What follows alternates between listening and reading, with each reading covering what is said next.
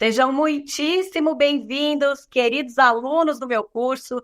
De antemão, gostaria de desejar excelente prova a todos no domingo. Nós, professores, estamos aqui com as melhores expectativas, com todo o otimismo e preparados para passar a vocês o que há de mais importante em termos de preparação para essa prova. Vamos falar sobre o direito ambiental. Trouxe 3 temas extremamente quentes, que costumam cair bastante em exame de ordem. O primeiro deles, vamos ao nosso primeiro card, responsabilidade em matéria ambiental.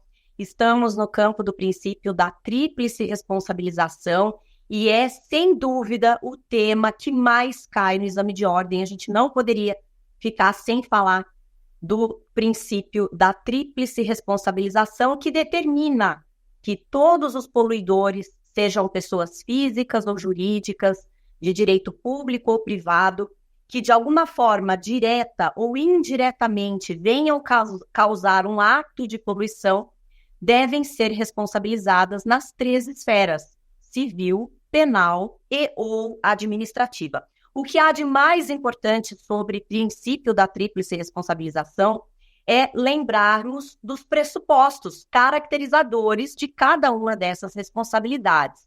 Quando estamos no campo da responsabilidade civil em matéria ambiental, nós sabemos que aquilo que é regra para o direito civil se torna, ou aquilo que é exceção para o direito civil se torna regra no direito ambiental. Portanto, a responsabilidade civil é de natureza objetiva. Independe, portanto, do elemento culpa, do elemento subjetivo, em sentido lato, seja dolo, negligência, imprudência ou imperícia, não depende de elemento culpa para a caracterização da responsabilidade, sendo pressupostos, portanto, conduta, uma ação ou omissão, o dano ambiental e o liame, um nexo de causalidade, uma relação de causa e efeito entre conduta e resultado danoso, não importando para que haja uma sentença de procedência do elemento culpa. Ele não precisa ser comprovado numa demanda coletiva ambiental para que reste caracterizada a responsabilidade civil. Diferentemente, as responsabilidades penal e administrativa exigem, sim, o elemento culpa. Responsabilidade penal é indubitável, não é? Não existe responsabilidade penal objetiva, ela é subjetiva e a subjetividade está lá nos diversos crimes, notadamente previstos na Lei 9605 de 1998, na segunda parte da Lei de Crimes Ambientais. E a responsabilidade administrativa, embora tenha havido muita discussão na doutrina e também na jurisprudência acerca do regime de responsabilidade, tem se entendido atualmente pela responsabilidade subjetiva, é o entendimento mais recente do STJ, e se cair alguma questão objetiva no exame de ordem, então vocês deverão preencher que se trata de uma situação de responsabilidade subjetiva, porque se assemelha muito com toda a sistemática da responsabilidade penal, que envolve culpa, que envolve princípio da intranscendência da pena e assim por diante, tá? Então, são pressupostos da responsabilidade civil, conduta, resultado e nexo de causalidade, lembrando que o nexo é aferido de acordo com a chamada teoria do risco integral, em que o poluidor assume o risco integralmente de sua atividade, não sendo possível alegar aquelas excludentes do nexo causal, não é? O caso fortuito, a força maior, o fato exclusivo de terceiro, nada disso é apto a afastar responsabilidade civil objetiva em matéria ambiental. Lembrando que, se for o Estado pode sim ser poluidor, mas nesse caso a teoria do risco que se aplica à responsabilidade estatal é a do risco criado. Então, o Estado pode sim alegar os fortuitos para se eximir de responsabilidade civil ambiental, ok? Sobre prescrição no âmbito da tríplice responsabilização, é bom lembrarmos, a responsabilidade civil em matéria ambiental é imprescritível. As demandas civis coletivas ambientais são imprescritíveis. Uma ação civil pública, por exemplo, em razão da natureza jurídica do bem tutelado. Estamos falando de um bem que é o patrimônio ambiental, considerado direito humano fundamental, inalienável, indisponível e, por isso, de natureza imprescritível. No entanto, cuidado, se for responsabilidade ambiental, mas no aspecto individual, ou seja, demandas individuais, cuja causa de pedir é um dano ambiental, mas o objeto da demanda, o pedido, é individual, então esta responsabilidade civil ambiental prescreve, em regra, no prazo trienal estabelecido lá no Código Civil. Portanto, prazo de 3 anos, se for demanda civil individual de natureza ambiental. Mas as demandas coletivas são imprescritíveis. Já a responsabilidade penal e administrativa prescrevem. A responsabilidade penal, vocês verão os prazos prescricionais de acordo com a parte geral do Código Penal, é lá que se busca, ou que são buscadas todas as regras de prescrição também para os crimes ambientais, lembrando que todos os crimes ambientais são de ação penal pública incondicionada e não há regra específica sobre prescrição na Lei de Crimes Ambientais, razão pela qual se aplica o Código Penal normalmente. E a responsabilidade administrativa em matéria ambiental, em regra, tem a sua prescrição quinquenal de 5 anos, lembrando que é possível, sim, prescrição intercorrente durante o procedimento, o processo administrativo voltado a aplicar uma determinada sanção por um órgão ambiental competente, prescrição intercorrente de 3 anos, ok? Então, aqui a gente faz um apanhado do que mais costuma cair em termos de responsabilidade em matéria ambiental. Lembrando que a questão, em geral, vem na forma de um problema e vocês vão encontrar todas essas considerações que eu fiz nas alternativas e aí vocês não vão cair em nenhum tipo de pegadinha. Mas vamos para o nosso próximo assunto de revisão. Quero muito acertar as questões nesse exame de ordem. Nosso próximo tema são as unidades de conservação da natureza, previstas na Lei 9985 de 2000, a tão conhecida Lei do SNUC. O que é mais importante saber sobre unidades de conservação? Vamos revisar. São 2 grandes grupos de unidades de conservação. De um lado, as chamadas unidades de conservação de proteção integral, e aproveitem a nomenclatura, o objetivo delas, em comum, é proteger integralmente o ambiente ali delimitado geograficamente, por meio de uma norma específica que cria essa unidade de conservação. De outro lado, o grupo das unidades de conservação de uso sustentável, que tem por objetivo promover sustentabilidade, razão pela qual a intervenção do homem é um pouco maior. É possível o desenvolvimento de atividades econômicas, de moradia, existe uma interferência antrópica ou interferência do homem maior nessas unidades. São 5 as unidades de conservação de proteção integral e 7 as unidades de conservação de uso sustentável. Preciso saber, as 12? Precisa. É importante, o exame de ordem cobra isso. Então, como dica, decorem ao menos as 5 unidades de conservação de proteção integral. Que não for de proteção integral, vocês vão jogar no grupo das de uso sustentável, que são estação ecológica, reserva biológica, parque nacional, monumento natural e refúgio de vida silvestre. Essas são as 5 unidades de conservação de proteção integral. Depois, as 7 de uso sustentável, área de proteção ambiental, as APAs, ARIEs, que são as áreas de relevante interesse ecológico, a FLONA, que é Floresta Nacional, e depois aquela chuva de reservas, reserva extrativista, reserva de fauna, reserva de desenvolvimento sustentável e a reserva particular do patrimônio natural, a tão conhecida RPPN. Então, vamos lá. Todas essas unidades de conservação são criadas por ato específico do poder público, ato em sentido amplo. Pode ser um ato normativo do Poder Legislativo, do Poder Executivo. Estou falando de lei, de decreto, de portaria, resolução, não importa. a unidade de conservação é criada por um ato do poder público, exceto a RPPN, que, como a própria designação nos ajuda, é uma reserva particular do patrimônio natural, é um ônus real instituído voluntariamente em imóveis privados, tá? Então, vocês vão tirar da nossa conversa a RPPN. As demais são criadas por ato do poder público. E aí é bom saber as unidades de conservação na ordem, porque as duas últimas de proteção integral e as duas primeiras de uso sustentável, ou seja, monumento natural, refúgio de vida silvestre, as APAs e as ARIEs, essas 4, vocês vão acompanhar aí na lei, elas podem ser criadas em imóveis públicos ou privados. É possível a compatibilização de interesses. Se não houver a compatibilização, haverá a desapropriação, mas ela não é necessária. Já as demais, não. Elas exigem desapropriação. E como é que cai isso no exame de ordem, Pro? Já caiu uma pergunta, por exemplo, questionando ao candidato que um determinado município queria criar uma unidade de conservação, mas não tinha dinheiro, não tinha verba para promover desapropriações. Qual era a modalidade, portanto, de unidade de conservação que o município deveria criar?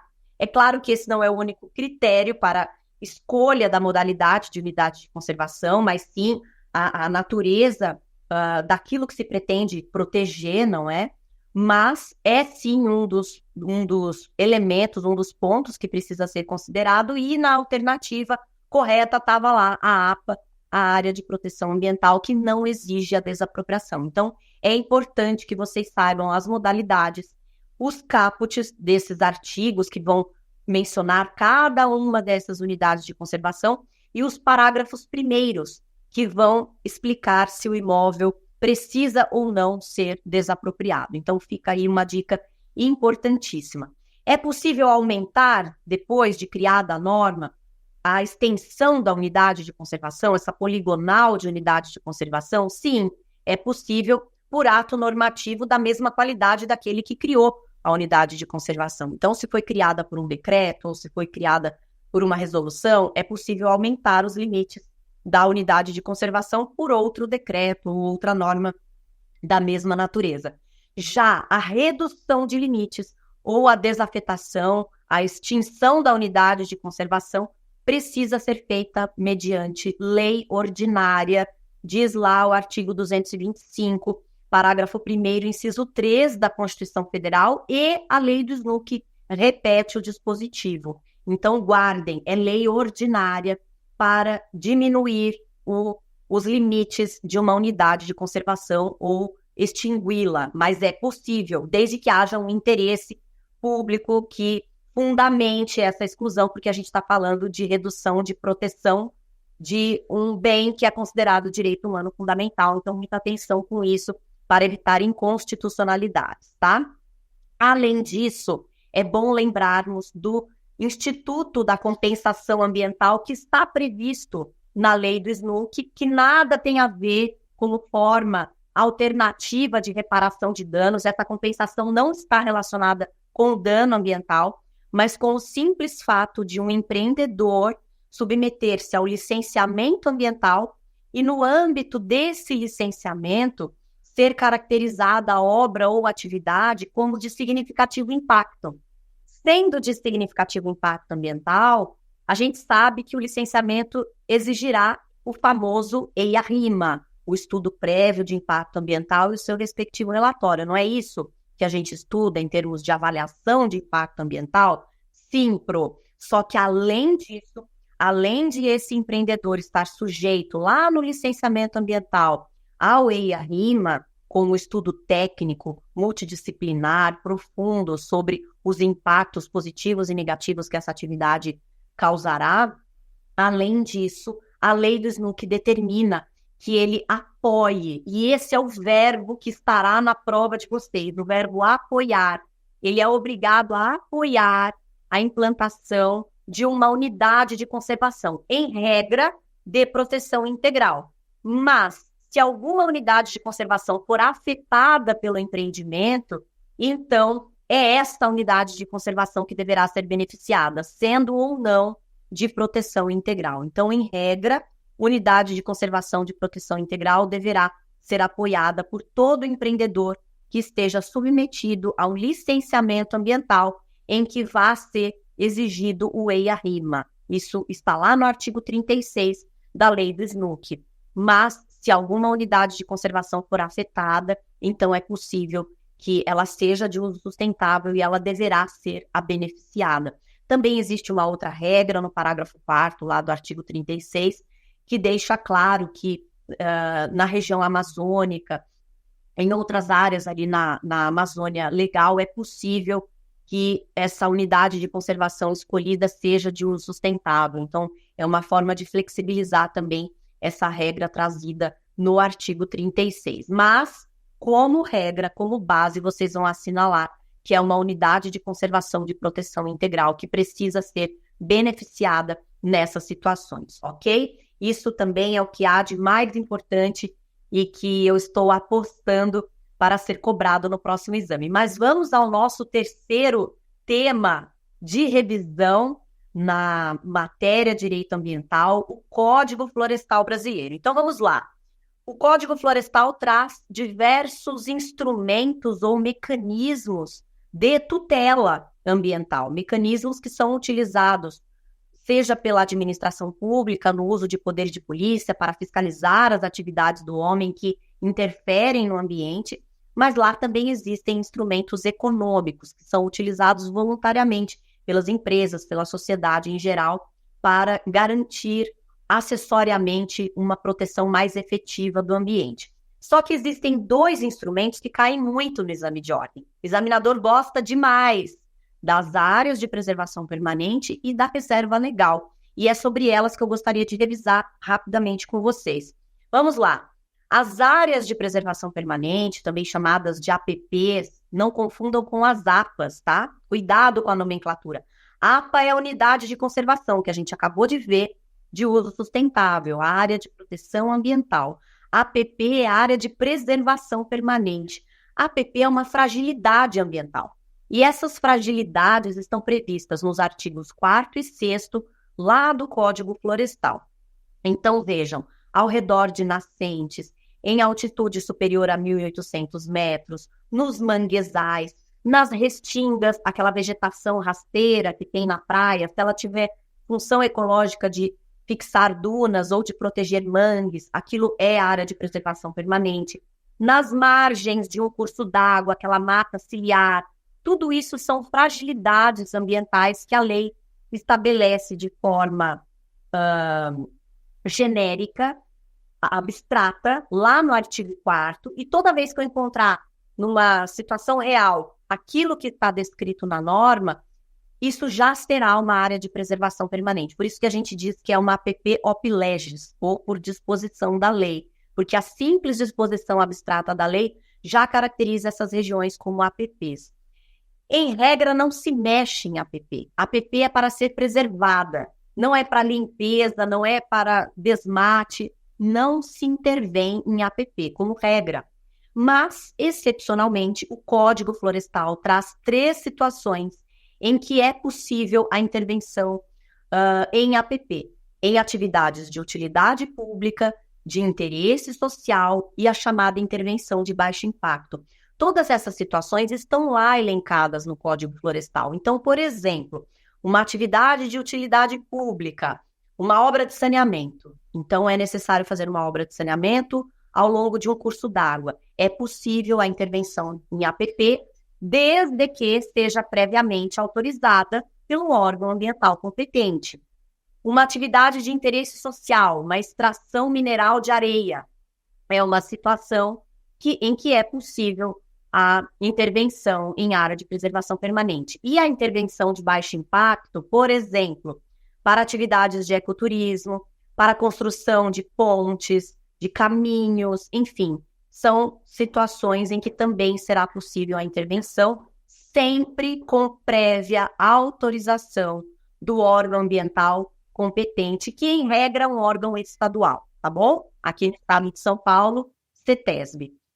Essas são as APPs. De outro lado, a reserva legal. Reserva legal é um percentual mínimo protetivo em todo imóvel rural. Rural. APP pode estar em área urbana ou em área rural.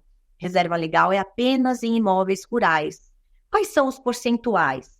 Se esse imóvel estiver na Amazônia Legal, são 3 percentuais. Eu preciso saber qual é a vegetação predominante nesse imóvel. Se for área de floresta, 80%. Se for área de cerrado, 35%. Se for área com campos gerais, 20%. Isso na Amazônia Legal, que é aquele conceito geopolítico.